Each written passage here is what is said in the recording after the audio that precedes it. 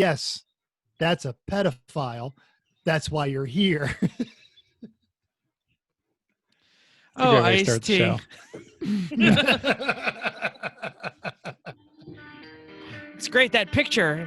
When he was speaking at my campus, he promised to cut me after the show, and I had his check. So Perfect. anyone, welcome to Everyone Racers, a show designed for the world of low-dollar racing and oddball car culture. It doesn't matter what kind of Lemma Champ or Lucky Track Dog League you run, SCCA or NASA, we won't discriminate, as long as you drive it hard and built it yourself.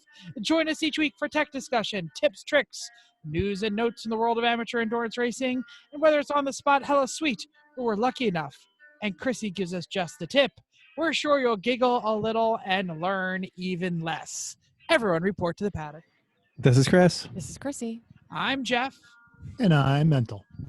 And we are Everyone Racers. Thanks for coming back and listening to another I Love You, Sal Griffin Alley episode of our podcast.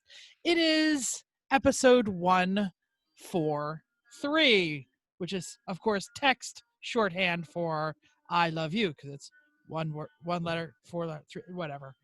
Listen, if you're not driving a car right now, Numbers are hard. yeah, if you're not driving a car right now, check out the E1R bingo card. Good Link reminder. Thanks. in the show notes. And if you're watching on YouTube, don't forget to hit the like and subscribe button. Shouldn't you be able to point to on it right YouTube now? the other You'd be day. like- Yeah. That's what they do And- on most videos. Yeah, sure.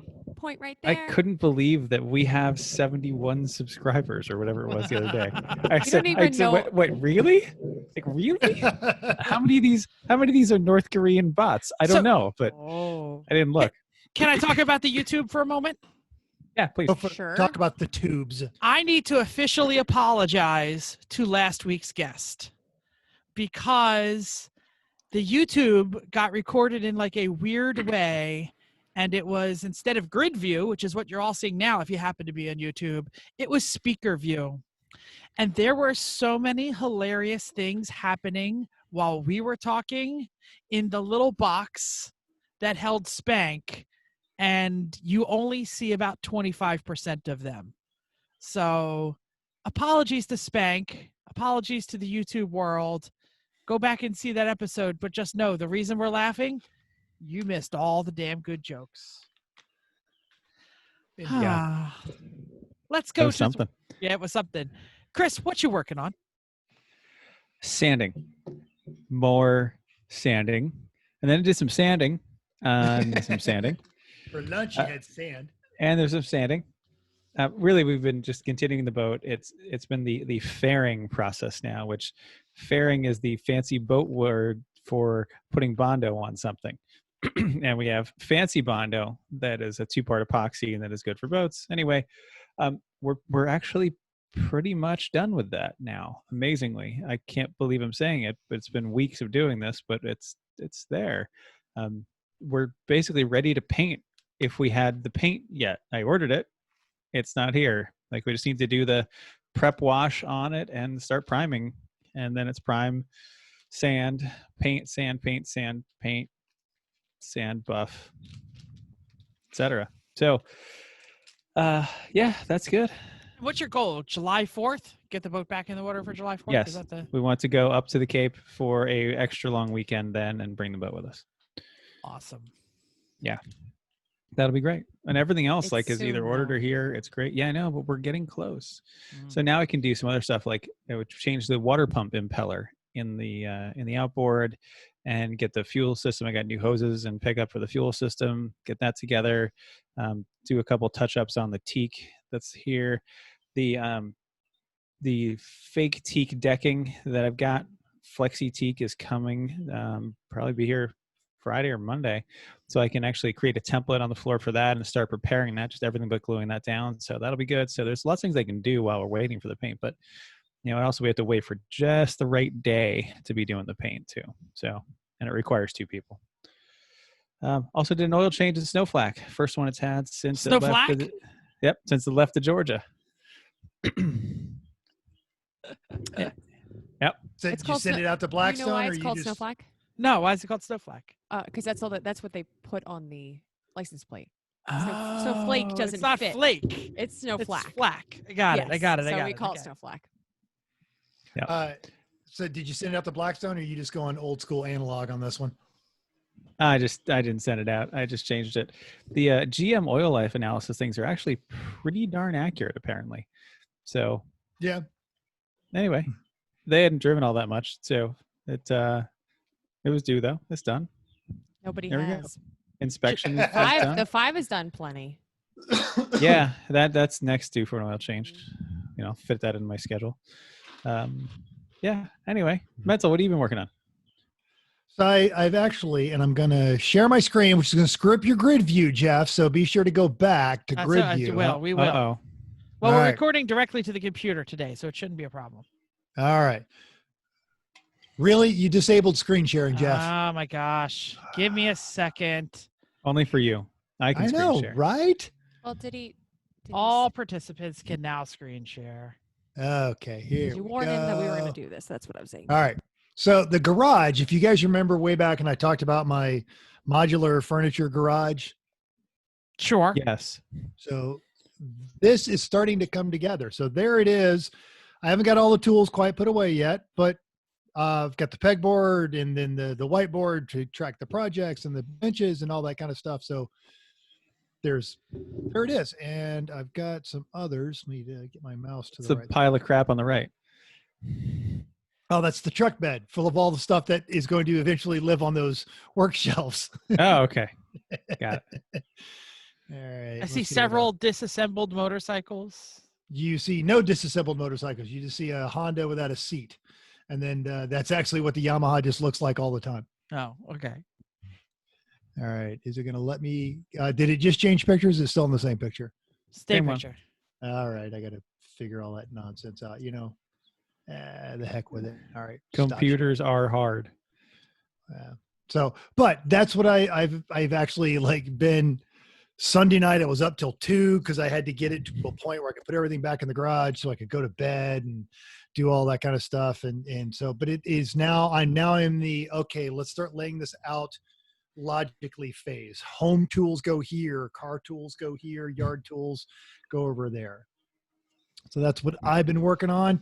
Had a buddy from the Inglorious Bastards drive up from Sedona to pick up a car part today. So Blake, Taco Blake as we call him, was listening to our last week's show on the way up. Could not understand why I was laughing so hard at the end of the episode. You got to watch the YouTubes. And I'm not racing champ this weekend. Oh, wait. Oh, I had it. I put it the in mouthpiece fell off. It even says Okay. trombone on the nose. So I'm not racing this weekend. I mean, that's sad, but not for I the gotta reason, lip my lips. Hold on. not for the reason you wanted it to What be is the sad. saddest sad trombone? That was pretty good. That's never not funny. Especially We do When- that when just Eric- for the YouTube, by the way. well, like at the race when Eric does it, he actually has some idea of what he's doing when he plays it. So when they give out the I got screwed award, there's Eric in the background going. Yeah, okay. and thing is, he can not only do sad trombone, he can do triumphant trombone, and then just occasionally the Imperial Death March. All of which works for every Lemons Award.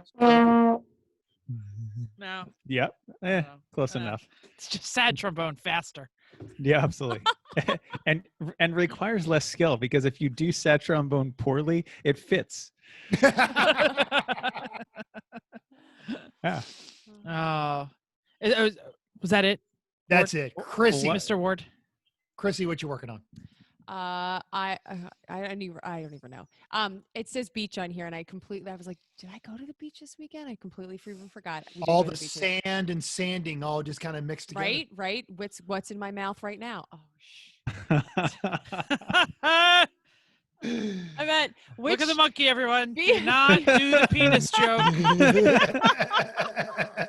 the beach sand or boat sanding sand is in my mouth and my eyes because so I've been just as much as Chris has been out there. I have been with him sanding every second of the day, that we're not working.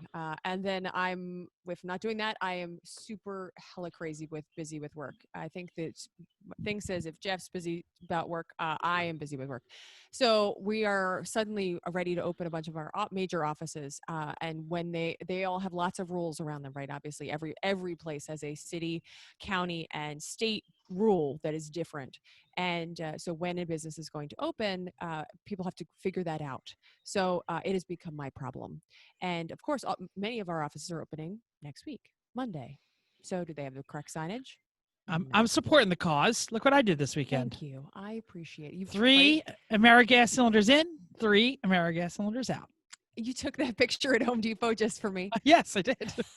Thank you. I was going to text it to you, but then I forgot. I appreciate it. So that happens to be my problem. Do they have signage? Do they have things on the floor?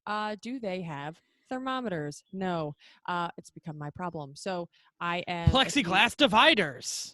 Yes, we don't. Yes, we need those too. But for the most part, we're having enough staff that we're able to kind of put people across rooms from each other and that kind of thing. But it still means that everybody needs to figure out if they have temperatures coming in the door. Blah blah blah. It's become my problem, and it's kind of firestorm. So everybody was like, "Yeah, we have the answer. We just need to tell the people that are going to be there and put it all all together." And they're all like, "Oh yeah, give it to Chrissy. Cool. Okay." So if you are watching YouTube, I'm going to be packing thermometers while we're on the show. So yeah, work has been really busy, and I feel like I've been going like flat out, and I don't like it. Because that's how you drive. I You used to go to drive the flat faster run out. group. Faster run group, please. I clearly only the drive problem flat out.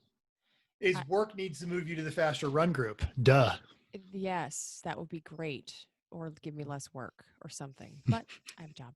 Jeff, tell us about what you're doing. So I mentioned last week that we were trying to teach my son how to ride a bike. We have progressed in the bike riding. So to the point where I have also begun repairing the adult bike so we could all bike together. And of all the things that you would expect COVID to run out, toilet paper, meat, did you know that bike parts also run out? Yes, we've heard this. That's a thing. Yes, we've heard this. There's a reason I just did the tires and tune up on Chrissy's dad's bike is because the next place near that they usually use is like, yeah, we'll get to it like late July. Yeah. Yeah. So I needed a new chain and I had to order it from, I don't know, directly from China. It eventually did get here. It took about a week and a half instead of the usual 3 days. And I took apart some bikes that I liberated from the neighbor's trash dump and put them into my bike so that I wouldn't have to order other parts. I needed to change a rear derailleur and a few other things. So yeah, all the bikes work now, and Josh is getting closer to being a regular bike riding kid. Very exciting. Excellent. That's great. I also spent like close to like 24 straight hours cleaning the garage. Like, do you not have pictures hella too? cleaning. Where are your pictures? I don't really have a picture, come to think of it. Oh. Let me see if I took a picture. I did not take a picture of the garage. That's so Oh. terrible. But the 4.8 LS is now on the stand. There's room to walk in and out of the garage. Like, you don't have to climb over things. Standing there's- upright. Standing Can you- upright, and you don't have Okay, to all right. move anything. It's actually wide no enough. tunnels. It's actually wide enough for like activities. Like, I can actually like Activities. work on the LS at night. I even bought tooltip time. And this is not a Harbor Freight tool. If you go to Harbor Freight and you buy the LED shop lights, they're like $20. But if you go to Sam's Club and buy the LED shop lights for like $20, they are bridgeable. So they have an outlet on them and you can bridge them together. I bought like 4 of them. Excellent. I already had lights in my garage. It's like effing X-ray in there right now. You click that one light, it's like, boom, light, baby. It's like, Okay, on a scale of iPhone to Chris and Chrissy's basement. Right? Have you seen the basement? It's close to Chris and Chrissy's basement. All right. Mm-hmm. I also took some time and rubbed some leather prep on the 914 seat that I picked out of my friend's garage. and I mounted it on some wood. So now it lives in my living room and I play video games on it. Excellent. Yeah. Nice. So that's fun. The real reason I cleaned the garage, not only to work on the LS, but we have some workmen coming to the house tomorrow to add some HVAC to our downstairs. We're getting one of them split systems that Hobbs and a few other people were talking about on our team. Cool. Yeah, because again, the best tool I have to work on the heating and air conditioning is my checkbook. Some things. It's true. Two things that must work at all times to keep my wife happy: her primary vehicle and the air conditioning. So the split system, is that for the downstairs? I'm So assuming. the downstairs, yeah, we're putting a Mitsubishi through the wall heat pump split. Is that system. for the office or for the main room downstairs? Main room? Okay. Yeah, our heating and air conditioning thingy, I'll get to you in a second, Chrissy, is in the attic, and there is not enough vents or power or BTUs. And so the house becomes two different temperatures. It becomes what is upstairs because it only has one zone. So it doesn't know how to like pump more AC to the bottom or more heat to the bottom. So the bottom floor. And you don't have different ways to adjust the registers or the piping or stuff like that? Like in the summertime, I shut most of the registers downstairs. So all the air conditioning comes upstairs and then gradually works its way downstairs, for example. We can do that, and that's been tolerable. But we run the insert, the LG insert, that basically heats the downstairs. So okay. it's kind of like and that right. makes a big difference. If one floor of your house is a drastically different temperature than the rest of the house, it gets hard to maintain. Oh yeah. Yeah, Chrissy, I'm sorry, you had your hand. I wanted to go back to the comment that you said that there are two things that make your wife happy. Yes. Her car or that she demands that them to work, we'll say, right? Yes. Her car and the air conditioning. Yes. She's obviously never lived without water.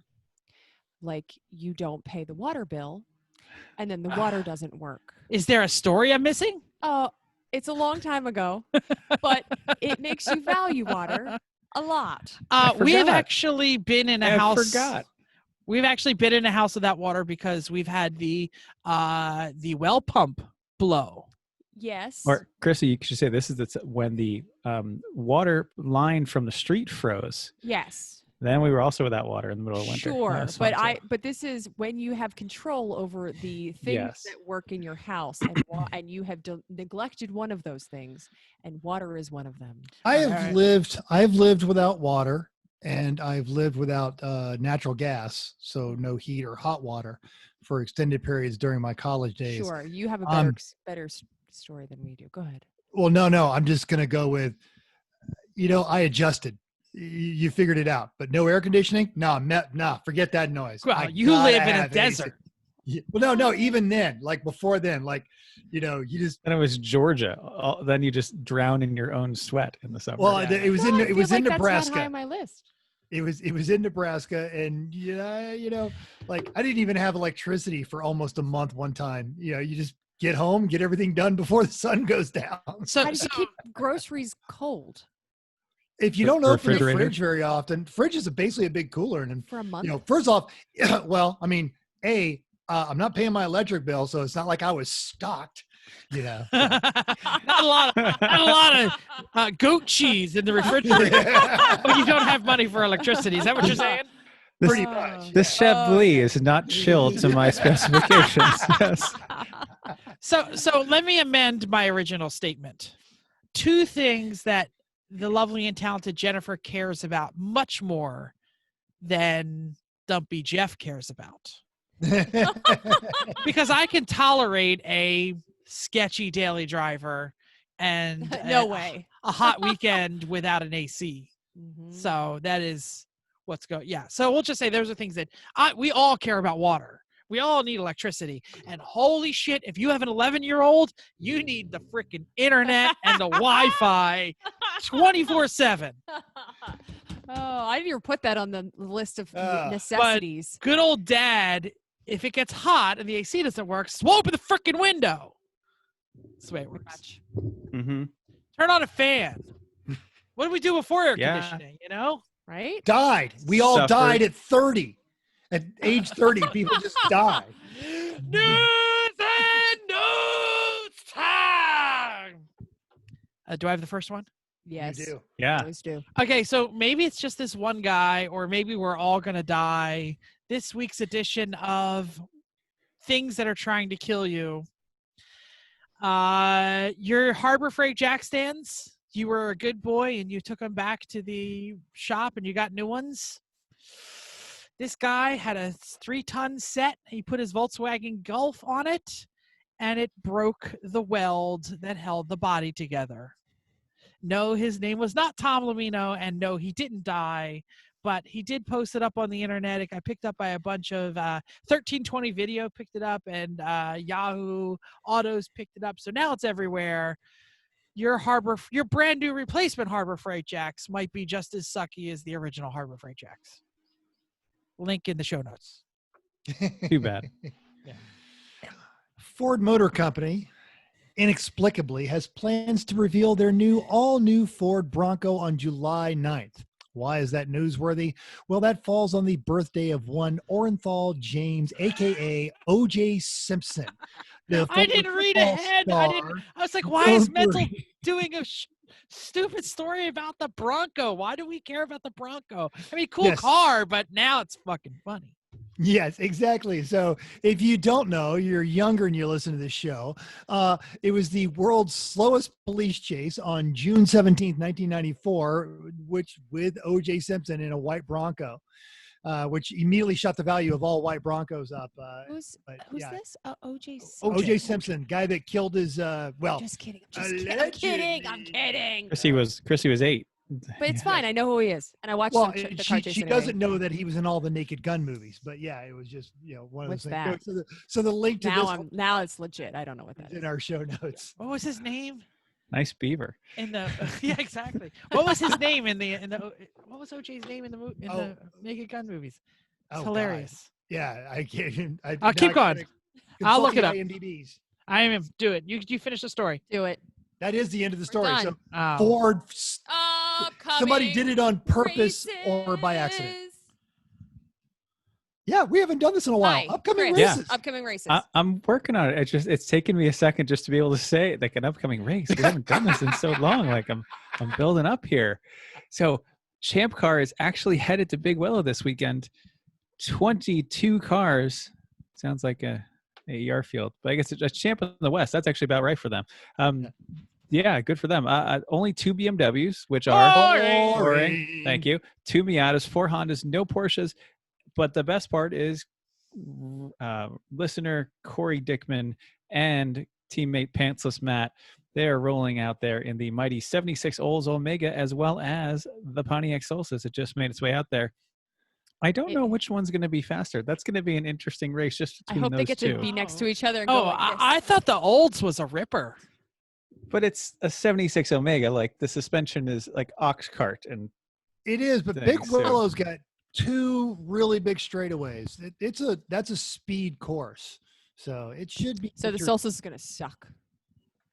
You'll have time to. Well, you know what? The best part about is the air conditioning in the Solstice still works. So you'll have the air conditioning while you're driving in the desert in the summertime. So true. Nice. I think the best part about that story is Corey Dickman is the real name. Yeah, it's not. Yes, he's a good guy.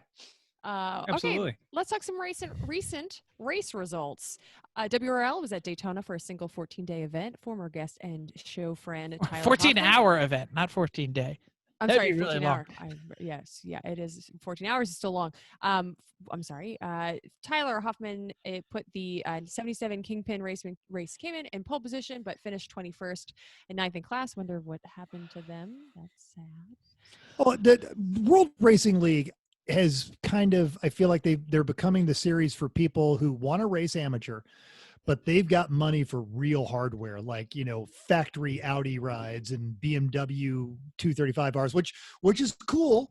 If you want to race at that level, there was just some serious hardware at that race. But so they didn't break. They just didn't do that well. Well, I mean, ninth in class is really good considering what he was battling against. That they built that Cayman themselves. I just wasn't sure if something happened. Okay, well, overall, Team GTR with 353 laps. Second was tons Oh, wonder what kind of car they had.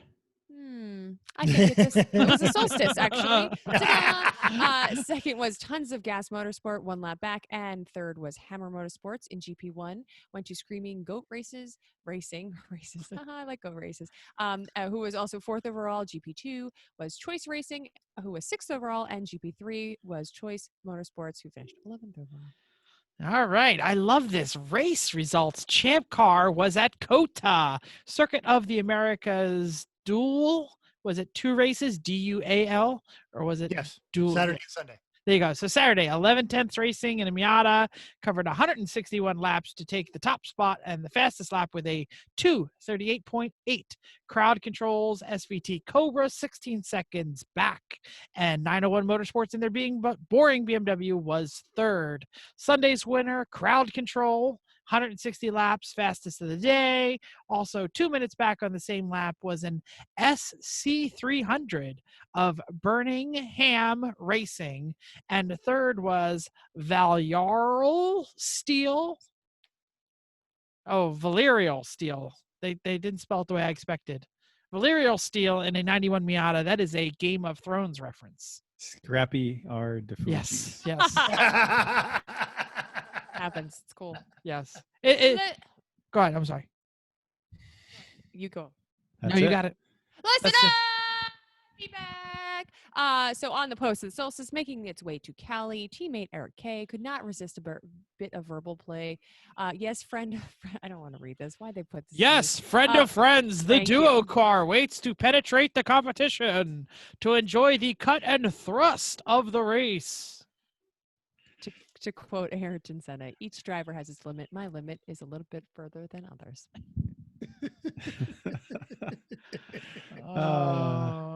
Thanks, Eric. That was good. That made me actually laugh.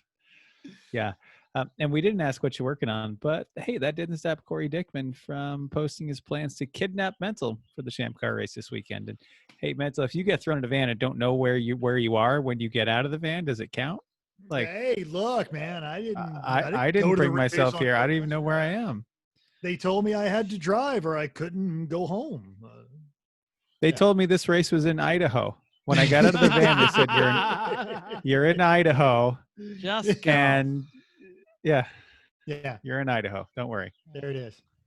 Racer Roto Reaction. The world is coming out of coronation. People are starting to race again. Next week, we'll have Lemon's prep work because they're headed up to Gingerman. Eric was talking about how happy he was to start seeing his racer family again. But that doesn't stop us all from iRacing. I think we've built a lovely thing with that. And if you tuned in Saturday, you got to see some of us. But the Lemons had the Why You Ruin Classic series at Le Mans this weekend. The first one was the Silly Hats. No pedals, no wheel race. So a lot of Sony controllers and flight controls. One very industrious young man had a sound interpretation for inputs and played the French horn. So he was actually holding a French horn. He had a live camera on him. Rally correspondent.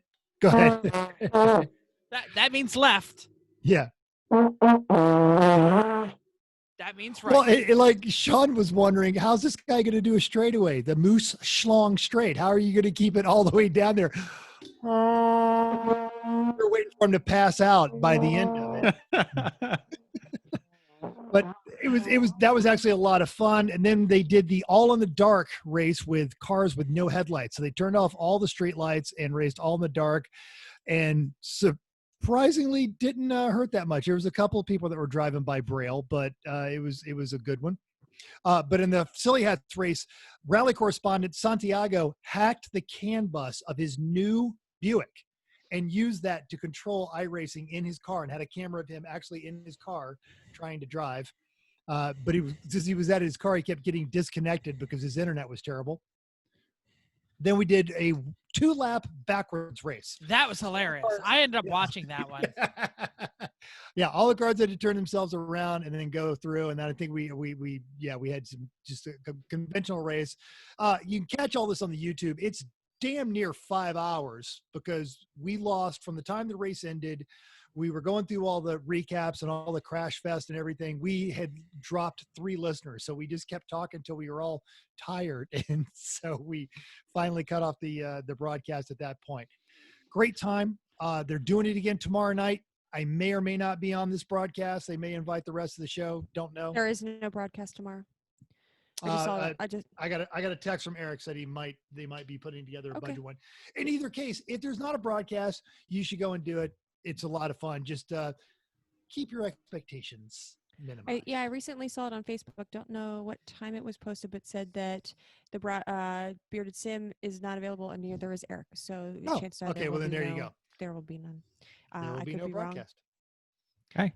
I saw it somewhere. Sunday, we had the 4-hour enduro at Le Mans, the continuation of Why I Ruin Classic. And Chrissy and I managed to hop in there and go along for that ride, mostly while we were making and eating dinner and various other things. But hey, that's how we roll. And so the race was won. I don't remember which team it was. It was a Mustang, and it had a pro race driver, and he was very good. And he just pulled away from everybody. So a good for pro them. racer or a pro iRacer? No, pro racer, Yes. actually racer. Yeah, no, So- he's run Indy and run some other stuff, but clearly iRacing skills as well, unlike some pros. Some other Yeah, pros he was out very there, good. Lamino was close to winning B, but got tangled up with a spinning Miata. So he once again On the last lap. grasped defeat from the jaws of victory. So And well he done, is Tom. So Wiener stepping. He's not he's bitter so about it at all. He's so No. mad about it. Uncle Dave continues to show how it's done, and all around, well done, sir. It was a lot of good, close racing all around. I think people had some fun with it. Even if you weren't in the lead, there were still plenty of people racing each other, having a good time. You know who's gotten alarmingly skilled at this is, he hasn't won anything outright, but Soggy. Soggy is always in the top half of all of these events. He's fairly understated. Oh, because he can't talk. That's Yeah, why. despite the fact that he has to feed the squirrels extra to get the internet to work that much bandwidth. His car is constantly cloaking and uncloaking. It's like It just is. disappears and then it bounces and then he's ahead of me. I don't know what's going on. Okay. Monday, E1R iRacing recap. This week we were at Road Atlanta. We tried to mimic America. Road America. Sorry, Road America. I knew that and just didn't read it. I was there actually. So we try to mimic whatever's happening on Thursday as kind of like a practice, but also sometimes we decide we're do something more fun. This time we added the 87 NASCARs, not 87 NASCARs. And so because we love freedom. It was so hard to drive. So I first thought I had a Thunder-Bird and everybody else had Monte Carlos. I thought they were different. They were not, apparently. It was so hard to get used to. Basically, it's really good on the straights. So I would just walk by a Jetta. And if you didn't brake at the You had to do a start lot finish, of braking. if Yeah. it was the start finish line, Yeah. basically I was a drag race. And Jeff was like, yeah, this is how you do it. And I was like, you're so right. Like, you're not even joking. Straight line, drag strip. If you don't brake at start finish, you're never braking. You're do 2 miles. It feels like 2 miles an hour, and then turn, and then do it. Drag over and over race, again. stop, turn. Yes. Drag race, stop, turn. Yeah, And then they go through the fast corners better than you expect. Yes. absolutely yes. You kind of throw it in there, and it just kind of works itself out, and you're all right. But the slow corners, I mean, the Suburban would do better. Yeah, because you've got does. they're all aero, and you've got no aero at low speeds. Those cars are designed to run 200 all day and not Yes. slow down. Yes. And that's where they can learn to turn. Now, 35 miles an hour turn, no. Can't do it. No. I know. And then the first time you do it, you're just like, I'm spinning everywhere all the time. I'm hitting walls for no apparent reason. Anyway, I guess it was fun. I guess but I love Road America. We both did 3 laps of there during 1 lap, so that was a good couple of years ago. But fond memories. It was a nice day it was a beautiful day when we were there, close to the end of our trip. So yeah, it was a nice track, and we had a good time there. So that's what I know. It is. It's a good track. The Thunder-Bird, we got the T-Bird because everyone else had a Monte Carlo, and we figured you need both. So we got the Thunder-Bird. That's why Bill Elliott was so dominant back then, because the Thunder-Bird was the Arrow Bird. Had better arrow. Yeah. Yeah. Mm-hmm. Yeah. So we had our Thunder-Bird, and if it had brakes, it might actually be fun, but it doesn't have any brakes. Like it's brakes. so awful. It is kind of hard to keep it on track in those slow corners. But it's fun. Yeah, I wouldn't say so. it's good. No, we had lots of no. laughs though. Yeah. Like we were all doing so badly, and we were just laugh at how badly we were all doing, and that was fun. And and so is hitting 160 something on the straight, even before you had to then brake for half of the straight. So good times. Now we know. You know who else always makes sure to brake early? Sure. Chrissy's mom. Chrissy's mom. Hi, Chrissy's mom. Hi, Chrissy's mom. Hi, Chris's mom. Chrissy's mom just celebrated 6 months of being a grandma, didn't she? Yes, she did. She also just celebrated not being COVID positive. That's great. Oh, good for her. Yay. Are we ready for the COVID-free. Are we ready for the main topic? Hey, bus drivers, be careful. Main topic time. We're talking about our own personal bus. Yes, it's long, it's enclosed, but there is no lots of people on it. There's only your race car on it. This is not an RV show, correct? No, not an RV That's show. What you just said is all RV. Oh, crap, you're right. Yep, All right, it's a all big empty box. It carries your car. Not Mental's car. Sorry, Mental's an open one. It carries my car. It's not a big empty box. Oh. Are we talking about both enclosed and non-enclosed? Because I don't even think about that. Just trailers. Everything apparently. All of it. Chris is 50 yards behind Chrissy, getting himself a beverage or a snack. We can see him, and he's screaming from the background. He's getting a snack. Yeah, we're talking about both. You can hear you. We just can't talk. And you can yell. Oh, it's So, hilarious. Not time for snacks. It's always time for snacks. It's not time for snacks. He said But Thunder-Bird. I heard that. This is a good thing to look into. If you're like Chris and your race car has been completely gone through and is completely ready, and then you went through it again to make sure it's completely ready, and you're still going to go through it one more time, and you are bored and you don't live in Michigan, you can't make it to Gingerman, you can't make it to Willow. This is a great time to spend a little bit of investing your time in the thing that carries your race car. Totes. Just wanna start. So we should probably say whether we're talking enclosed or not enclosed for most of these, because most of my tips have to do about enclosed. Yes, true. And they just can't be used at all. I can't put flooring on an open trailer. I'm not flooring. That's not my topic. Really? I really like the 2-part epoxy I did. Okay. Electricity. Is Anyway, probably- let's not argue. Elitist. Let's You're an just talk about our elitist. ideas. We are elitist. No, you're an Ideas are elitist. Right. Chrissy's on my side.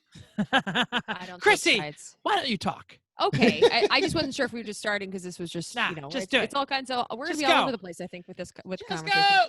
There are so many aspects of trailers. We are talking about enclosed for now. We will highlight parts that are not for enclosed, but I think especially since we all have Mental doesn't, but Two out of two, and then we trailers. have a lot of, but we have a bunch of trailers that we run with that are enclosed. So let's do that. So we're going to talk painting and flooring first. So when we got our trailer, we used it and it was fine.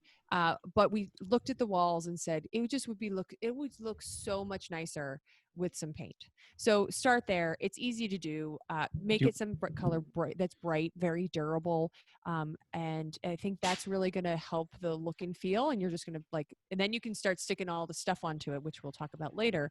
But trying to make it so that it is, you start with paint. It's easy to do. And You had raw wood when you first got it, right? It No. had- That's it but had paint on I it. just want to give background. That's why I have Okay. my hand I up. can't see your It's a hand 20 because there's an NSX in front of you. Oh, sorry. It's a Literally, 20-foot I can't. ATC enclosed aluminum. We got it used. It had already had line X on the floor and had been painted white, but that paint was kind of bleeding through. The wood was bleeding through, and it had a lot of scuff marks on it, and it was a little dingy. So that's what was there, just to give a background. That's all. Cool. Thank you. I should probably background mine, and then Mental, you can background yours. So I have a Southern Trailer Depot 20-foot V-nose that I got basically used but unused. It had sat for a year or two in a guy's yard and a pavement, but never moved anywhere. It only stored a muscle car. So it looked great. When it you looked guys got great. It was like brand new. it was like brand new. Yeah. So used, but it was pretty much brand new. And it had, I guess they're not painted walls. They're like covered walls, like sheathed white. Yeah, it's like plywood with like vinyl on Look, the outside yeah, of it, kind of thing. it's like It looks melamine. nice though. It does. It looks really nice. Bright walls, raw floor. That's how I got it. Mental, talk about your rust bucket. And we should mention, if you're shopping for a trailer, the same conventional wisdom when you're buying a car, buying an RV, and buying a trailer apply. Just get the nicest, newest one you can afford, which is why I bought Jeff's old rusty piece of crap when he lived in New Jersey. And I think I spent more in gas going and getting it. And I've done the math, Jeff. I know you spent more putting tires on it than I paid you for it. Probably, yeah, that's for sure. So I've got it. It's an open trailer with a storage area up front. You actually see this a lot with dirt trackers, and it's got the tire storage on there, and it is all depleted uranium and iron. It weighs as much as a battleship, which is actually part of it. Will be getting revisited this year and lightened quite a bit, but it's all steel floor, all steel construction, all steel box, everything steel. And I think they just added weights to it to make it heavier at the bottom of it. It used to have side panels. I think Jeff cut those off. It's got 14 I went from 10 gazillion pounds to 8 gazillion pounds when I cut those suckers off. Yes. And it's got no less than 14, 15 different coats of various paint, from house paint to spray paint. Right before I left my job teaching, we had actually planned on having our homecoming parade, and my ROTC detachment was going to, they painted up the trailer so they could be in the homecoming parade. The parade got canceled, and then my wife didn't want to drive across country with a blue spray painted trailer that said ROTC on it. So then it got spray painted black on top of that. So it's added a few colors in its absence. It was rust and white when I had it. So we should also mention that I was also not the original owner of that. So a friend of Bruce's lent it to him when he was getting rid of his, was it a 26 or a 28? It was huge. One of those. It was huge. It could have been a 39 for all I know. The thing was ginormous. He had a ginormous enclosed, and when he towed it with the RV, they were above the legal length limit by like 3 feet. So he sold his totally tricked out enclosed 20 whatever and got a smaller, I think 24. He's got a 20 now. Got 20 now? Yeah. Yeah. It's The whatever it 26 is. He had, the 26 he had before was big and it was heavy. I towed that up to New Hampshire with my Suburban once, and it was working the hardest I've ever worked it, with all the stuff Bruce had in it and that.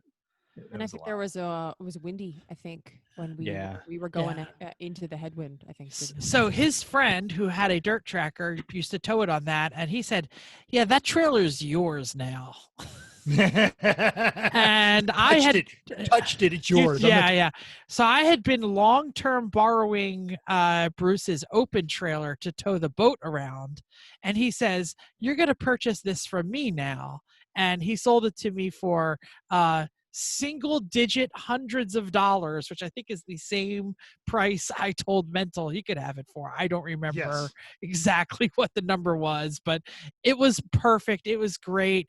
It was great for me because an open flat deck trailer, you must pack everything in the vehicle or in the race car. A flat deck trailer, conveniently your RV. yeah, or if a flat deck trailer with a giant box on the front, you can actually leave all the parts and things in it. So storage to me is key, and we're going to talk a lot about that on this part of the podcast because we're talking about how to make your trailer better. So real quick, Okay. we did, and I'm joking, but not joking. When you're buying a trailer, buy the nicest, newest one you can afford. This was just a deal I couldn't pass up. And we'll, like Chrissy said, we're jumping all over the place. My friend Jerry, the Inglorious Bastards, he has a Mac Daddy trailer, and he got a screaming deal, like 5,000 off, because somebody had ordered it custom, and when it showed up, it wasn't the color they wanted. So if you're willing to compromise on a few little just oddball things like color or one or two options, usually trailer dealers are willing to make a deal for something that's been sitting on their lot for a while. So it pays to shop. Georgia also seems to be the place where all trailers are built. Yeah. Yeah, I don't know why. They're like all next to each other too on the highway on 95 there, just so they can ship them out. Yeah. Okay. Well, now we know where we're coming from. Back to Chrissy. Flooring. Flooring. All right, Painting. we're painting. We're gonna paint. You should paint Flooring. it. No, flooring. Sure. All right, so make sure you paint it. It's nice when it's bright, but thinking about the handprints that are on our garage, maybe gray or black is your color. Maybe you can wash it or something. like Use a higher gloss paint that wipes off a lot better than the matte that. That's a finishes. nice Well, idea. that's the good thing about the veneer that I have on mine is it's kind of scrubbable. Mhm. Have you scrubbed it? No. Why would I scrub it? Asking. Has he cleaned the soup out of his car? Yes. No. Okay, anyway, let's move on to flooring. So you have a couple different options for flooring. You could do truck bed liner. That is really durable. It's a really good option. We can do that. You probably can roll and spray, I would think. Totally, right? Yeah, You either can one. get it in any kind. Yes. It is dark though if you get the normal stuff. Like, and that's Sure, but dark is not so bad. We're talking about, we got some other terrible ideas on this list oh sure. of options of what you could do for flooring. Garage floor epoxy with non-skid. We are going. Jeff will take that and talk about that in a little bit. Because that's what he likes. Rubber coin floor. So a durable type of floor that has like the coins, like little circles that are kind of popped out. And Oh, that's what that's called. well, sure, the little coins. I know that are you've popped seen out. it. Yeah. Yeah, no, as So- soon as she described it, Right. yeah. So that's an option. Another option is carpet, which seems Ugh. like a terrible idea. It's a terrible idea. I've seen it. I don't know why. Doesn't mean it's good because Yeah. no, because before we started the show, we said that carpet eats everything. So even if you decide that you're going to bring your what did we say, your Pebble Beach drive, Your Duesenberg Concord to Pebble Beach, right? right, you're gonna roll it in, Your but then Stutz Bearcat. but the problem is if it has a liquid, it can still come out, and therefore it will go into the carpet. And then Yeah, that I'm looks not a terrible. carpet fan. I'm Yeah, no. voting with you It's there. like putting Carpet eats it. it's like putting carpet in your basement, which is also a terrible idea. Just don't do it. Or you could get your friend Bill, the ceramist, to make you something as he did for his own trailer, because he can come up and make a little mixture and find something that's very durable, washable, and you could do that. But yes, Didn't know he did that.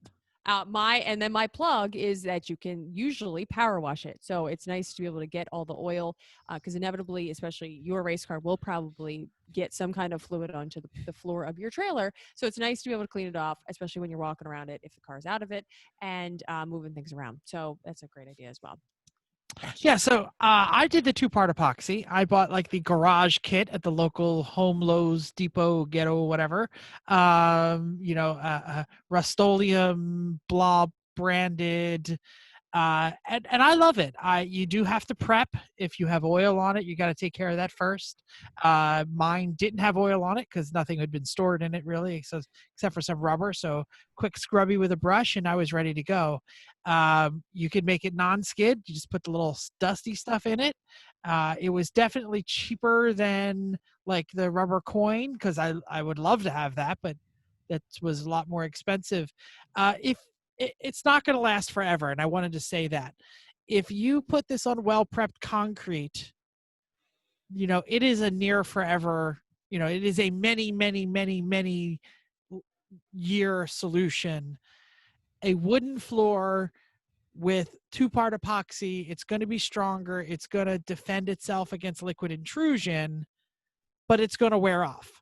Not because the epoxy is wearing off, but because the wood is wearing. So don't think it's a forever, but it's nice. I add the non-skid stuff. I did light gray for the exact same reason that Chrissy and Chris were already talking about keeping it a nice light color. I threw the little speckles on it. Looks great, works great. Probably not as nice as the rubber coin, but damn, it was a lot cheaper. Yours is holding up well too. Yeah. And as someone that has slipped on paint, you could, if you go with a really smooth, glossy show car style surface, think about safety on this, because those really polished surfaces, you get the slightest bit of even just a bottle of water on there and you are looking to bust. And I've done that. I've gone ankles overhead and landed on my back, and it is not fun. It hurts. And that was when I was younger and could get up and just go, nowadays it'd just be like leave me here, man. Leave me here. We can't move the car. Just roll it over me because I'm not moving situation. So it is important. Mine, I'm going to be going with an outside, and I'm going with a diamond plate, but that will also, in rain or if there's any sort of lubricant on there, get very slick very quickly. So one of the tricks you can do, like Jeff said, add the dust or literally pour sand into your coating, and the sand will give you a little bit more of an adhesive a texture. Not going to stick as well to the surface as it would, but you're not going to fall and bust your nugget open. You could also use truck bed liner on an open trailer to give you traction. I've heard good things about the truck bed liner. Yep. Or there are a whole variety of marine non-skid products that are supposed to be used for decking. I've become quite familiar with the current state of affairs of all marine products. And they have a lot of different options for you there. So if you want a different kind of non-skid there too, or epoxy, that again, there's all kinds of marine stuff that I could point you to. I love West System for everything fiberglass related as a base. It's amazing. So if it'll grab to metal with the same kind of properties. It'll grab to everything. Well, you have to prep the surface, like rough it down a bit. Okay. So that it's got something to tooth into, but it's a secondary bond, not a primary, because it's it's attaching to something that's already existing. But if you have it roughed up enough, it's got something to grip into. Stuff's amazing. So I'm going to ask the panel a question. If you do go with rubber coin or carpet for your Bugatti Stutz Bearcat, how does it stay attached? Like, do you staple? Like, I think they glue it down. Like, don't like the first time you like try and peel wheels out of your trailer, like the carpet shoots out and the car stays where. No, they glue it down. All right. Pretty much carpet glue. Yeah, you can like commercial carpet. Squares. You can get the squares that you can peel up and put back. Well, I know people have used the tile, like garage tile, but that's way expensive. It's great, but also slippery and probably heavy. Like the VCT, like the vinyl commercial tile, like we have in the basement. Oh no, I meant like garage floor squishy tile, like puzzle tile. The stuff like you garage decking. Like garage decking, yeah. Yeah, you could do that. Cool. I never liked that stuff because you're going to leak something, and it's going to leak through the seams, and then you're never, ever, ever going to be able to clean it up. No. Yeah, I'm not a fan. And there's a 50% chance that whatever you're leaking is corrosive. Okay, we have so many more topics than somebody. Let's move. All right. Next topic. Electricity. Yeah, you tell me all about it because I don't got none. Well, we just did all this. That's what kind of prompted this topic, because that was the project we were doing while it was still too cold to do the boat, and then suddenly it's too hot to do the boat. So it's been great. You can even do some of this with a open trailer, just to be able to have a way to split outlets out and things. But in general, electricity is great so that A, you can plug stuff in more than one place without having to run extension cords everywhere.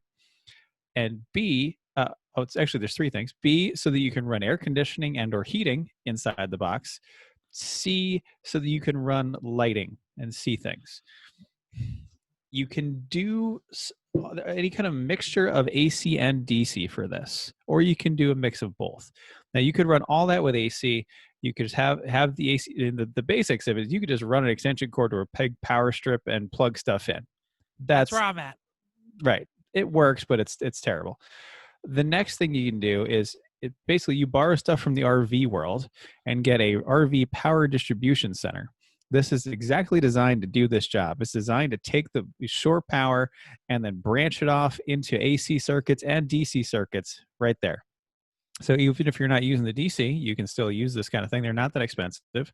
And then you just wire the trailer with normal household Romex wire. If you're running, and then it's just normal wiring. Like if you're running 20 amp plugs, run 12-2 wire. There you go, done. And just run that to normal outlets. And if you get the thin outlets, they are enough to fit, in the normal enclosed trailer wall. The thin boxes, not the normal box, the deep box, the thin ones. They fit in the 1-inch wall spacing on the trailer. And you just have your outlets cut into the side, cut into the plywood. That's it. It's really that simple. Put some breakers in the box, wire it into the AC power. You're done. You can then also connect so that runs all your AC stuff.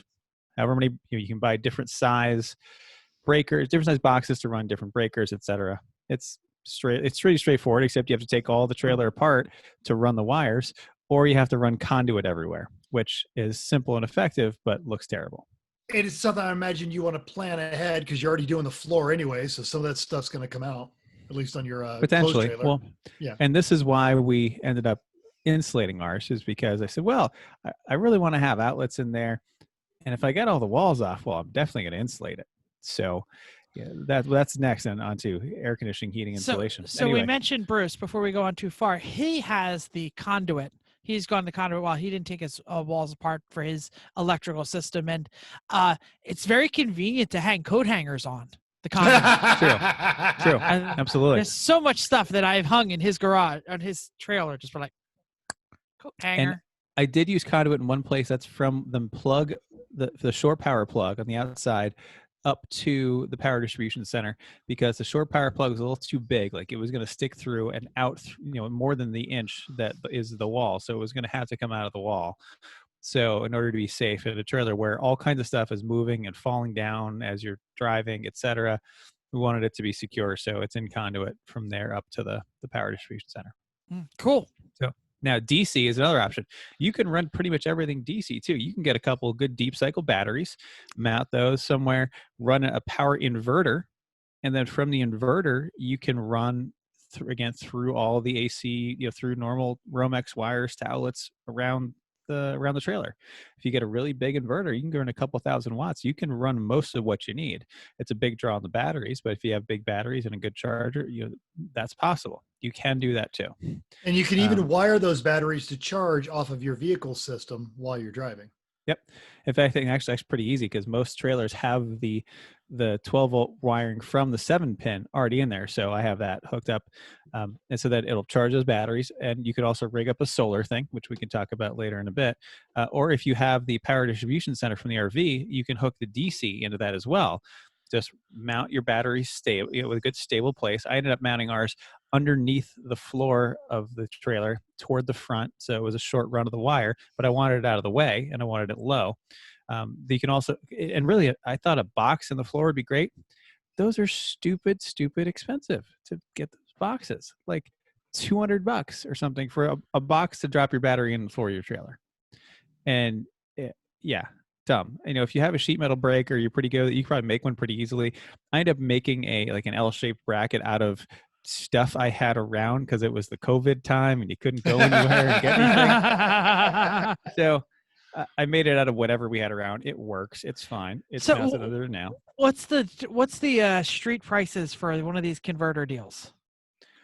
Like $130 for the one I got. It was a Oh, that's 30 not amp, bad. pretty small one. Right, it's pretty small. But you got to do obviously installation. You still need a plug. You still need the wires.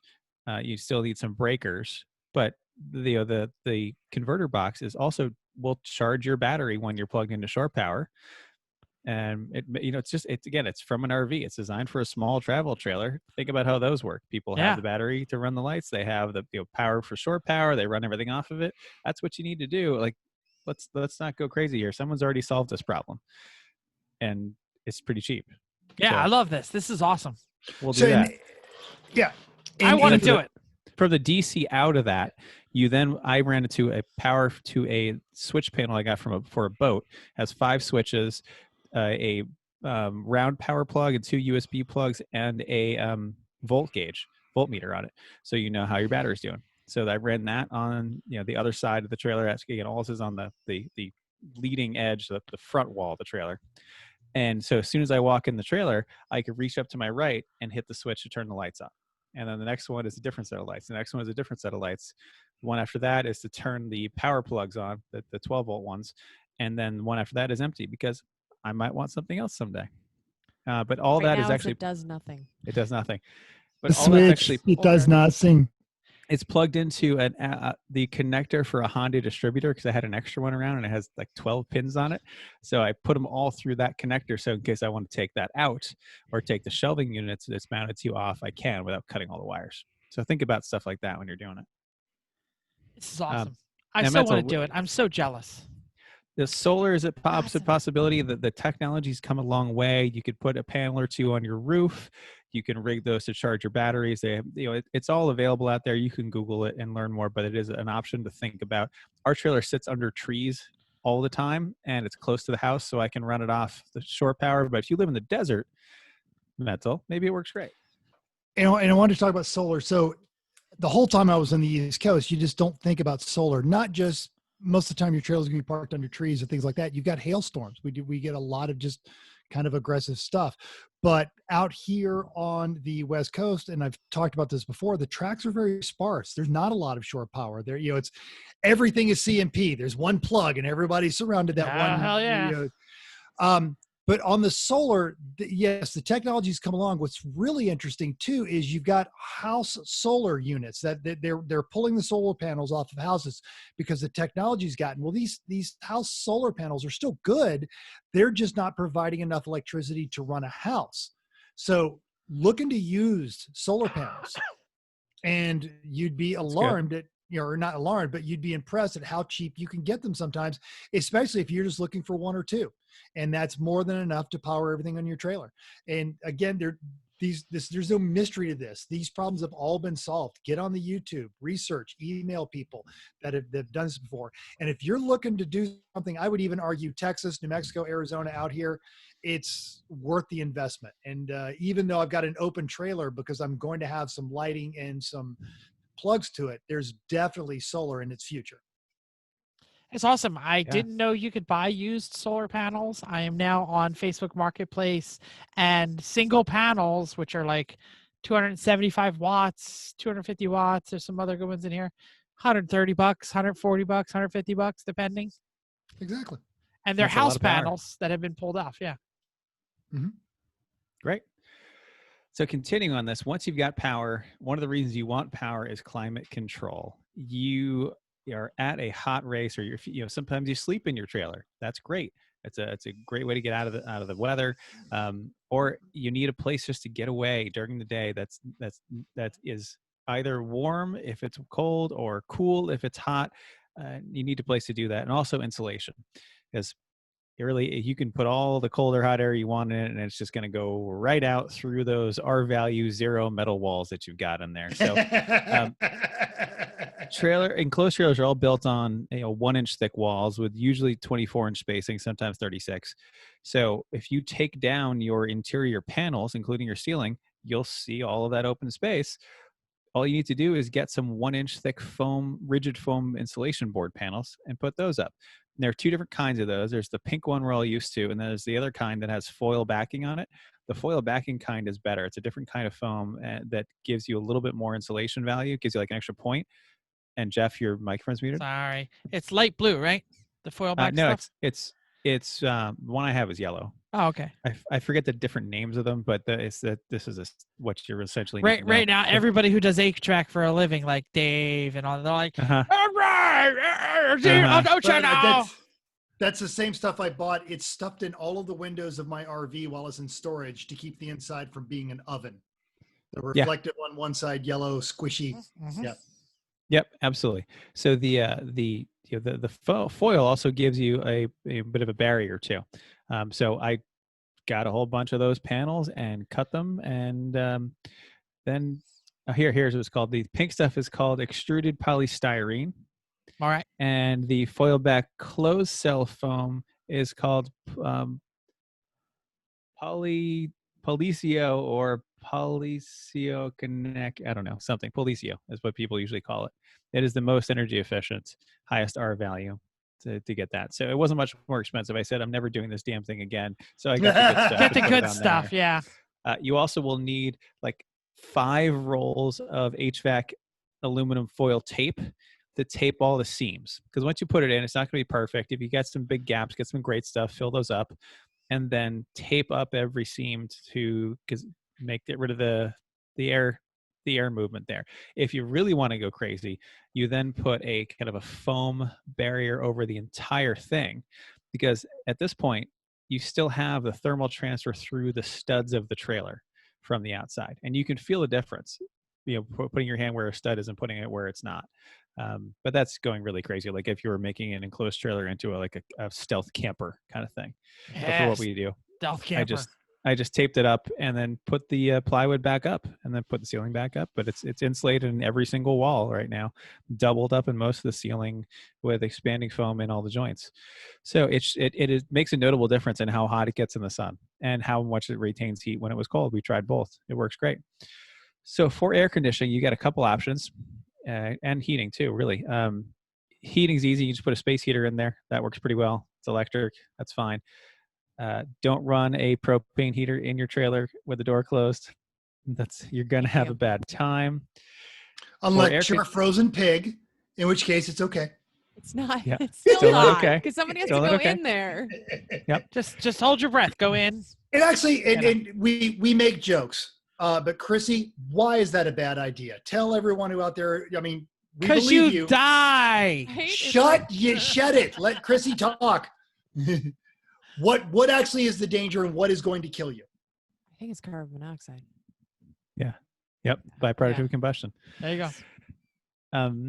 Now all the chemists out there are like going, never mind. Yeah. Go on. Carbon monoxide. So don't do that, kids.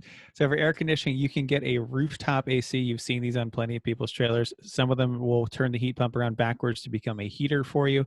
They all work fine. You end up like a minimum of $1,500 by the time you're said and done with the unit and the control panel and whatnot on the inside. So it's expensive. The way we went, and I haven't used it yet, but I've got it, is a household floor standing air conditioning unit that has a hosed vent outside. These are much cheaper. Like I think we got ours on Prime Day for $300 or something like that. So, and ours can be turned around to be a heater as well. So something like that, all you have to do is cut a hole in the wall for a 6-inch vent hose to go out, put a household cap over that, and then you've got your air conditioning unit. And then you can bring it other places too. Like maybe you want to cool off your garage on those hottest of hell days and you want to just take the edge off in the garage, and now you get something else to do it with. That's why it's got wheels, right? Yep, exactly. So it's a little more useful and it's a lot cheaper. And if something goes wrong with it, you know what? Well, you can get another one and you're still ahead of the game. So, and plus you're not going to then hit it on stuff because it sticks up above your trailer. It's not going to hit every tree branch and everything else that you might catch it on. So that's how to get power and insulation and climate control in your big box. That's Yeah. awesome. You So mentioned. think about lighting it. That's what I was gonna say. You mentioned lights. Why don't you talk about lights? Metal's going to talk about lights a little bit. Oh, okay. I'll add a little more as we go because I just did all this. And lighting, especially you have an enclosed trailer. It's one of those things. If you're new to this, You don't think about it until it's absolutely too late. You rolled into the track. It's about 7:30, 8 o'clock. It's dark. You've gotten to your spot, and now you got to unload. And oh crap, you know, it'd be great right about now. So, you know, the headlamps aren't cutting it and you've bashed your shins 30 times. Get in there now. We talked about early on, Jeff, you put those, the LEDs from Sears in your garage. Sam's Club, close enough. Sam's Club. LEDs are stupid cheap. Stupid cheap. And everywhere. You could get battery powered ones if you don't want to do all this electrical stuff, and they'll still screw into place, and they're rechargeable and USB powered and all this kind of stuff. You need lights inside, obvious, and don't put them where they're aesthetically pleasing. Put them where you need light. If you've got a workbench up to the front, or you know that you're going to have to get up under the car to disconnect the tie straps, put the light where you're going to need it. And this takes a little bit of planning. Go out there with your notebook. When you're unloading the trailer, where are you spending your time, both inside and outside the trailer? If you've got one of the side entry doors or an escape hatch and you find yourself in and out of that a lot, a good LED strip light right there is a good thing to have, because that's going to keep you from dropping, scratching, bashing things while you're doing that sort of stuff. Where are you spending all of your time in the trailer? Most new trailers on the back, they have the 2 ramp lights that'll shine down. My RV even has those. And if yours doesn't, look into putting one of those on there. So LEDs, they are cheap, easy, reliable, and they don't generate a lot of heat like the old halogen lamps that we had for the other thing. The other thing to think about is not just lighting to help you, but your road lighting. A key to this is side marker lights.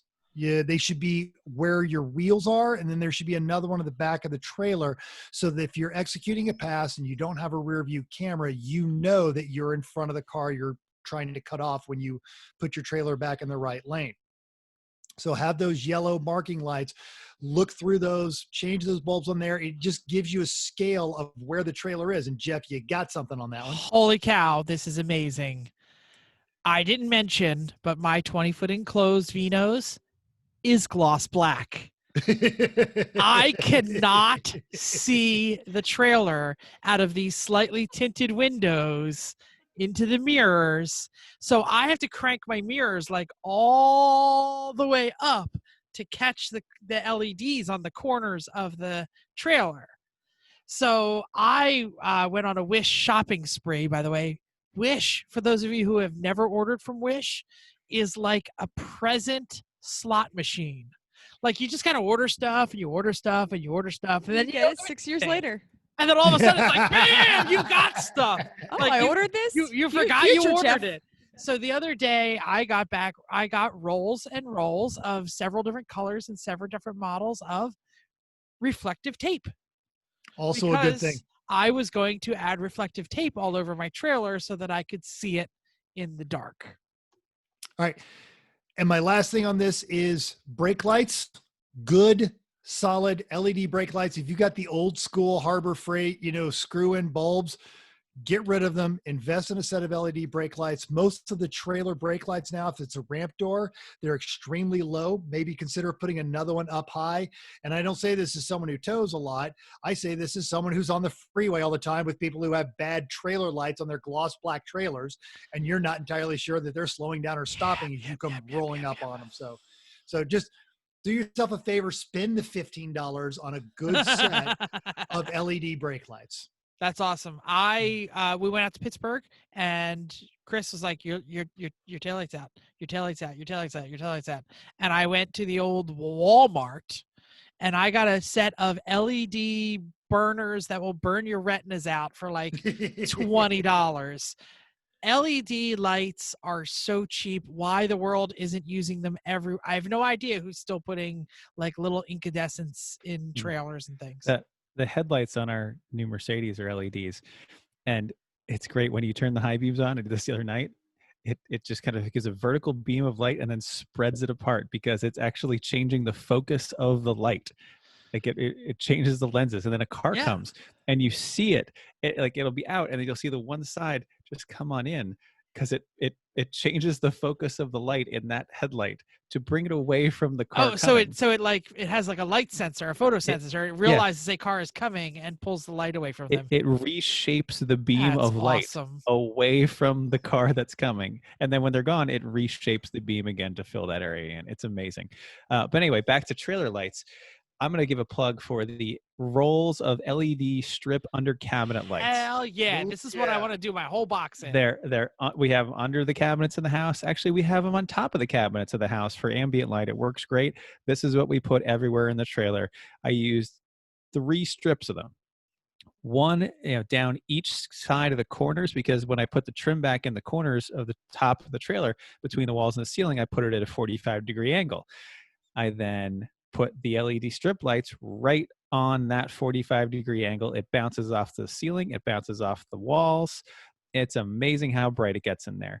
And then I ran it on the back of the trailer. I had enough left that I ran it from one side along 85% of the back wall of the trailer, right next to the door, has that too. So that all lights the trailer up Like so vertical, nicely. like up and down, like near No, the just hole? horizontally across the top. Like on the roof. Yeah, Ceiling. on the roof. Ceiling. Yep, on the ceiling. Yep. Inside So ceiling. so it's there too. And then I put another strip under the upper cabinet. We have one upper cabinet in ours that came with it. So we've got one under there. So when I put a workbench under it, I'll have under cabinet lighting to light tasks on the workbench. But that stuff, it's so cheap. It's so easy to use. It's so easy to work with. And if it doesn't stick well to what you're doing, like it wasn't sticking to one side of ours, just buy a $6 roll of foam tape, double-sided good foam tape. Put that down. It sticks on. It works great. It's cheap. It's easy. It's lightweight. It takes no electricity. You can put it anywhere. You can make it whatever shape you want. It's fantastic. You could like write things in it. You could like if you write cursive, you can just write. Anyway, Yeah. I bought a lot of this stuff and I haven't put any of it in yet. So I'm excited to get involved. It all runs on 12 volts. So when it's in the house, you have to get a converter to convert AC to 12 volt. But when you're already in a 12 volt system, boom. Just plug it right in. You probably have a crappy dome light now that already like I have a crappy dome light that has an incandescent bulb in it that runs off a light switch right by my door. Yep.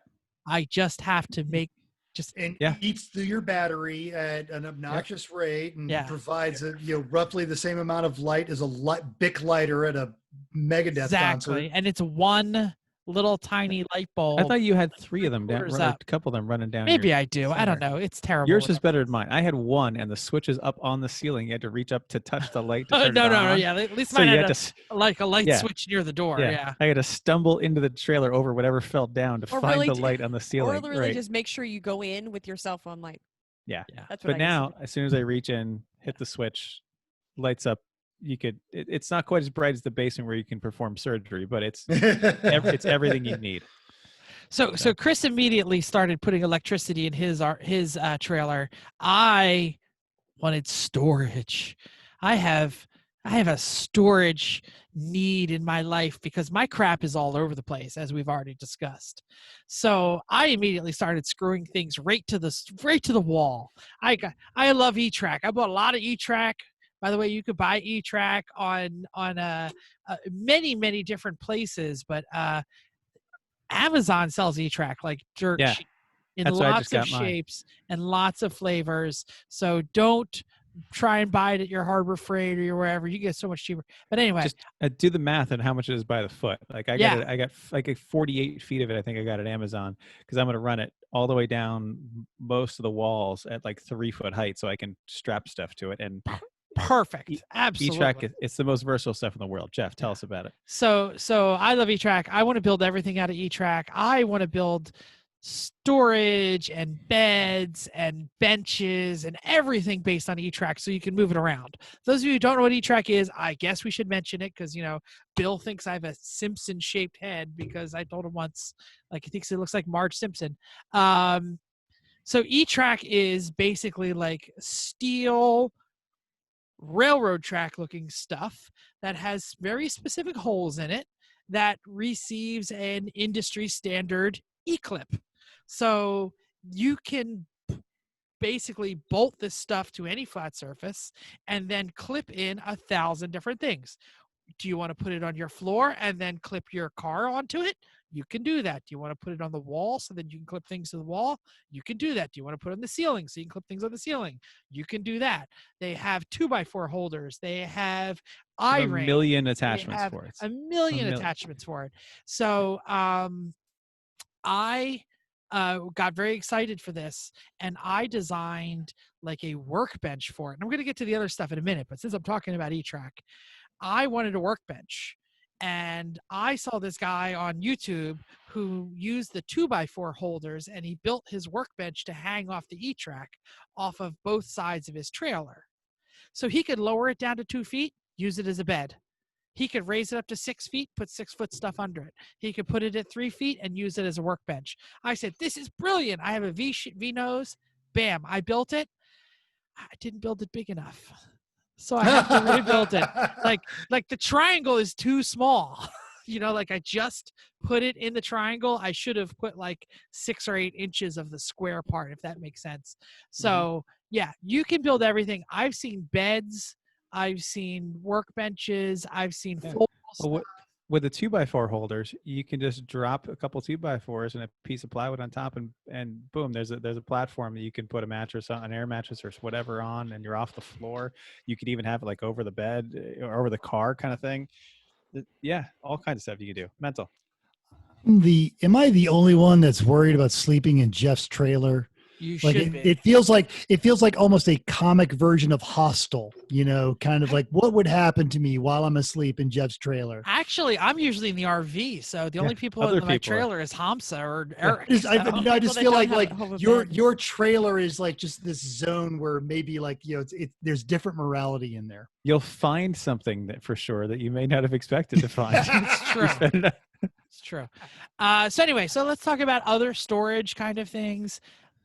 All the crap you need to take to your to the track.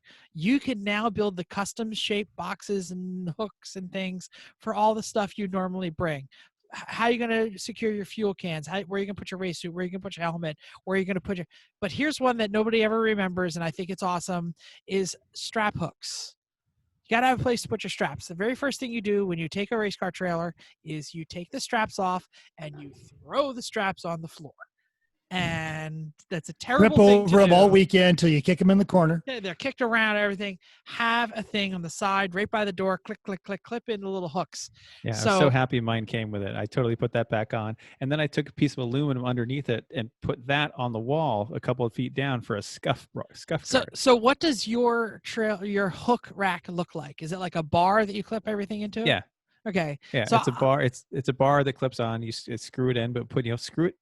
Let's just say when you're screwing stuff into your trailer, try to screw it into the studs themselves, not just the plywood. And make sure your screws are long enough. Right, because this is But what not happened. too long. I had a very nice. I bought it from Pit Products. Is that Pit Pal Products? Yeah. Their stuff's great, but they're very proud of it. It's a little expensive. It looks like a towel hook, but it also has like a space you can put oil cans in.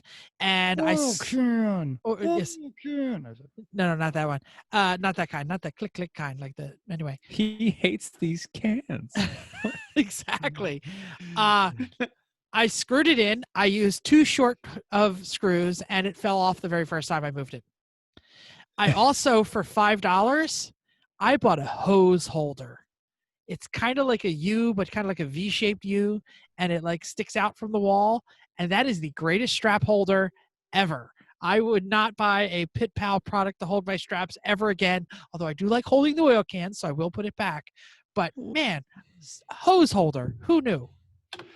And I want to throw out a thing about getting your straps off the floor. It's something we forget all the time, and we've all been in the races where people even have those on the paddock. Grease, sand, oil, all of these things get into the fabric, the actual weave of those straps, and that's how they fail. And they'll get ground into the pavement. And if you got a really nice enclosed trailer, have your car bouncing around in there for about 3 hours and see how nice it is afterwards after one of your straps have failed and you didn't see it because it's an enclosed trailer and it's smashing into all the stuff. Or it smashes into the wrong thing and lights a fire. Who was the team that was coming back from Colorado and burned their trailer and their car? It was an Integra that was in it. Yeah. I don't remember what their name was. Yep. Yeah. They're rolling coal. Oh no, nope. Oh no. Oh yeah. I have a lumber rack, which is like two L-shaped things that kind of stick off, and they're like 6-8 feet apart. Because you know what? You carry long things. You don't. Where's the monkey? Don't do the penis joke. You carry tube. You carry 2x4s. You carry long stuff. Why not have something that looks like a lumber rack to put all that stuff in? With E-Track, you can just get these hooks. Like I've got these, kind of square-ish hooks that clip into the E-Track, so you can clip those wherever you want. Wherever you and want. Put that in Absolutely. there too if you have a long enough run of E-Track. Another thing that I got that I'm interested to see how well it works is I got a folding tire rack Ooh. that I've mounted to the wall toward the rear of the trailer because I'm trying to get some weight in the back to even it out.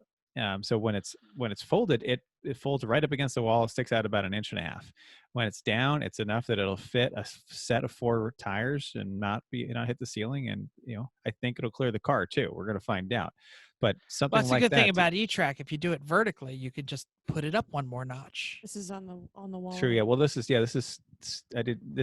This is. Oh, a it's not an screw into the E-Track. wall. Oh, okay. No, it's a screw into the wall thing, and I screwed it into the wall a lot. Hopefully it'll work. Well, spare, it's supposed to hold a lot of tires, and it is. some of them are heavier. Exactly. Yeah. Spare tire mounting is another thing that's important. Jeff, where's your spare tire mounted? Underneath the floor. So, first thing you have to do if you need to get that spare tire out, on the Unpack side the of the entire effing trailer. Okay, there you on go. the side of the what's the bridge going into Delaware? On the side of that bridge. Yeah. And the Delaware Memorial. But it's going to make a great battery box when I convert the sucker and put electricity in there. Absolutely, it is. That's going to be fantastic. And then you can just mount your spare tire to the E-Track on the wall. They have E-Track spare tire mounts. Or I made one just out of scrap steel I had around. I made it a U that has, at the top of the U has little kind of feet facing in. Those were screwed into the frame of the trailer, and this tire actually sits on the floor. And then through one of the lug bolt holes, I took I found the hand screw that you use to hold down the spare tire in a Civic. I had that in the junk pile somewhere. I got you. And then on the back side of the metal, the bar stock I used to make this U, I welded a nut that was the right size. So now I just put the wheel up against the wall in the right spot. It's all the way at the back of the trailer. Screw this hand nut thing on, and it stays perfectly. And it's on the very back, keeps the load there, easily accessible, no problem. That's awesome. I have experimented several times with D-rings and bungee cords to hold the fuel cans. That doesn't work. Come up with a better idea. I'll leave it to the listeners. Hey, listeners, do you have a really good way that you keep all your square fuel jazz cans in your trailer that isn't made by extremely expensive aluminum company that we mentioned earlier? Because yes, I see them every time I shop. I'm not buying them. But if they wanted to totally sponsor us, totally sponsor us, I would say your absolutely. name 5 times a show if I got a couple of those. Yeah. How about E-Track hooks, like a big enough hook, and just hook the handle over it? If it's not full, there you go. Yeah, it's out of the way. It's off the floor. The problem with the bungee cords is they flop. So you put it through the handles, and then no, I'm just thinking a hook. Like they stay tethered, but they go all over the place. Like a big hook off of the E-Track, like that, and you just hook the handle over that, and it hangs on the handle. Maybe, I don't know. That's a good question. It had to be a pretty far out hook, which I'd worry about like catching my eye when they're not hooked on it. True. Yeah. Hey, I don't know. well, We'll figure it out. We'll find out if anybody has any ideas. All right, so can I go back to workbenches before you go, Metzel, just to say 2 things? 2 quick workbench thoughts, and we're going to call out Bruce again. He has a real live workbench that is a solid mounted thing in the front of his V-nose trailer, but he also has a big board and a big piano hinge that folds down and is his other table. And they're both work great, so I think you can do both designs. But if you don't have a vise, you don't have a workbench. Go buy a vise. It is the most important thing that you're going to need at the track.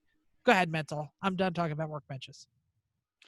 Well, actually, the vise is an excellent segue because I wanted to go into everyone that listens to this show, no matter what series you run, you've got a piece of equipment you carry with you. We've got the cooktop surface, the grill that we love, and it requires some specialty storage, some of that other kind of stuff. I see something typed in here that is of key importance that Chrissy wants to talk about. She's like, I do. Do the Scooty Down- rack? Scooter Yes. X. Not scooter, Scooty. Yeah, that's what I said. Scooty rack. Yeah, Jeff yeah, is trying to be all, no. Yeah, just a good way to hold your specialty items in your trailer. I don't even know where this came to be. Where Ours- did you even find It was this? originally a Harbor Freight hitch-mounted motorcycle carrier.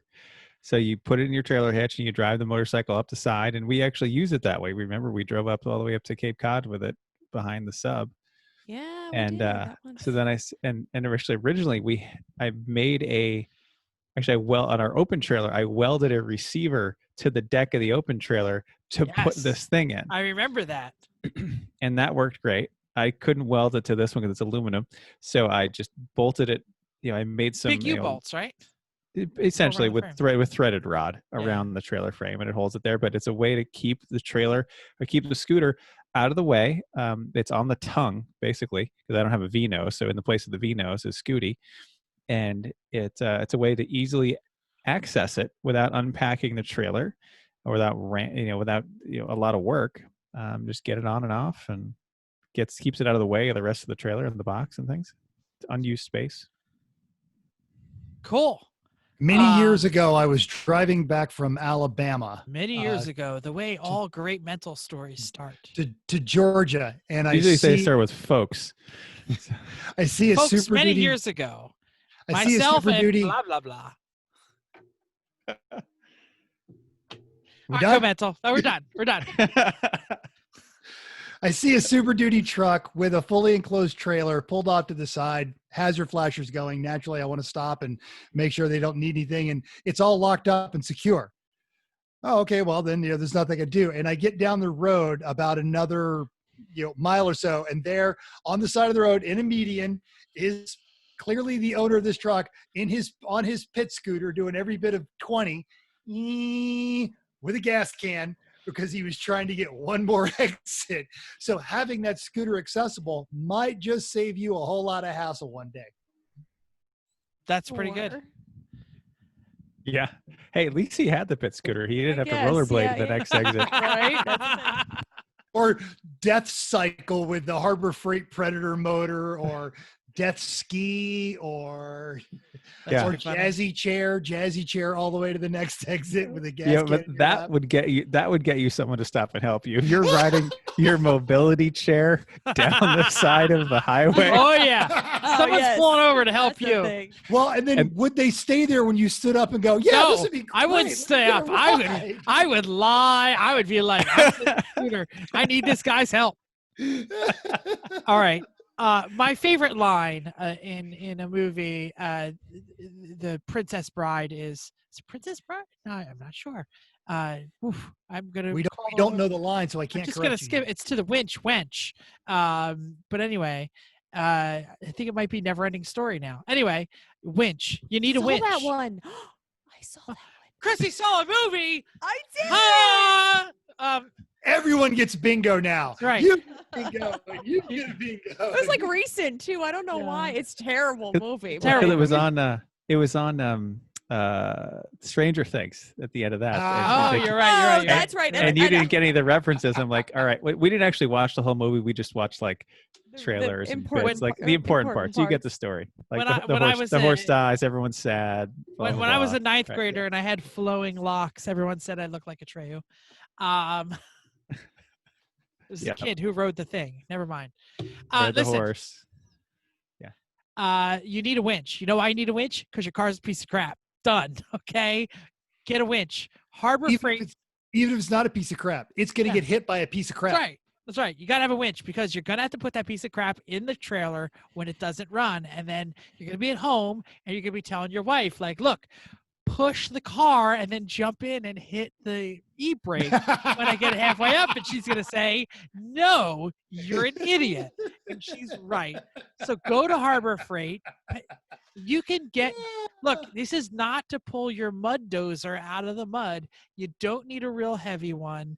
You don't need a one that's going to work 1,000 times and pull 80,000 pounds. Just buy yourself a decent sized winch, wire that puppy up, receiver hitch, just like Chris said.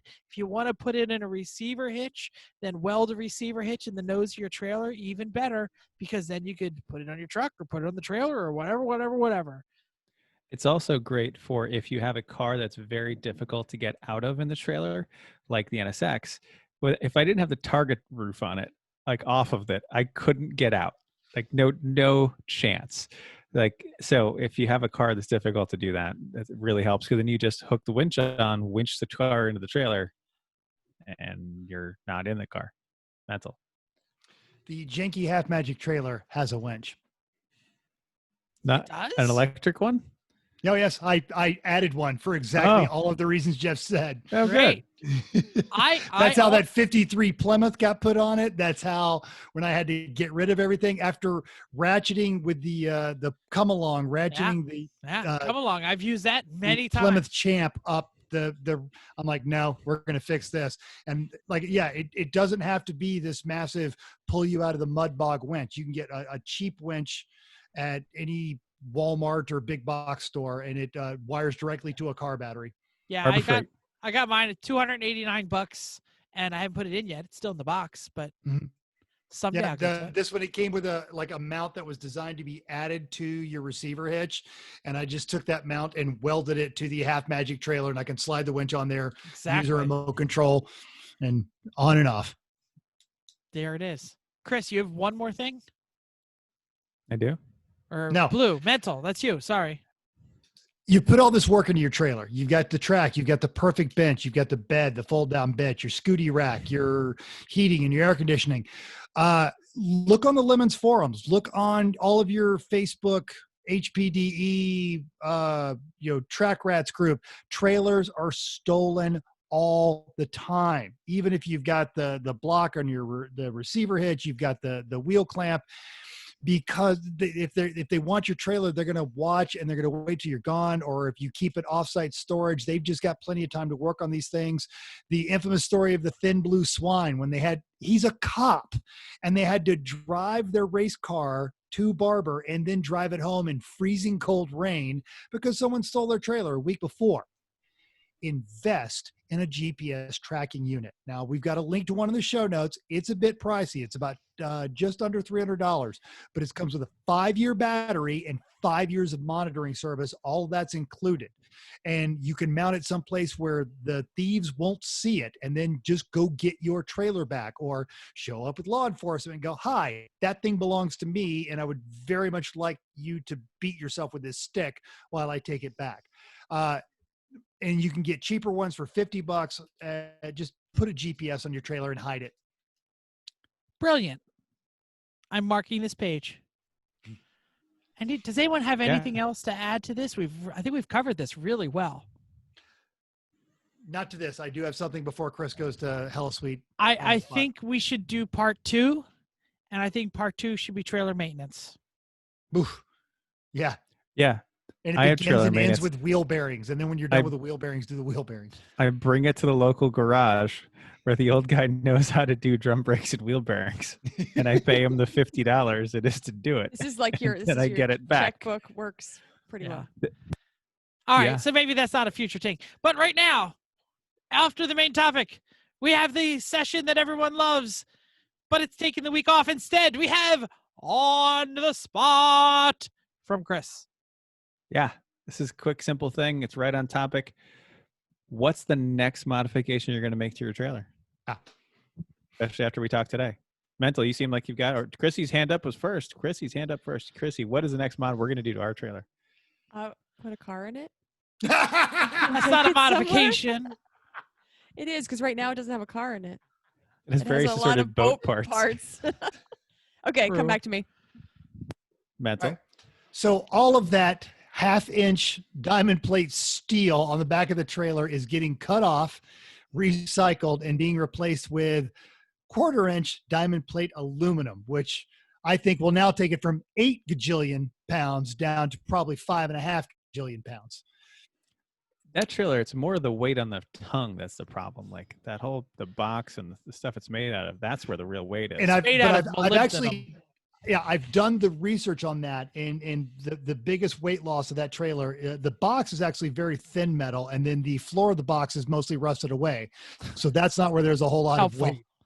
Yeah. So yeah, the biggest source of weight that I can actively engage on that trailer is the diamond plate, and it's overkill, and I can do it all with aluminum.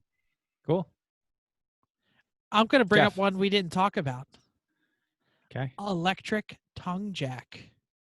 Oh, that's a good one. Do you know what I hate doing? Oh. Click, click, click, click, click, click, click, click, click, click, click.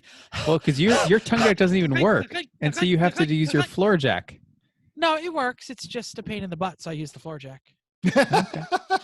Actually, I'm glad you brought that up, because yes, the Mhm. janky half magic trailer, it is I've counted it. It's 53 turns to even with the You 4x4 counted it. wood block.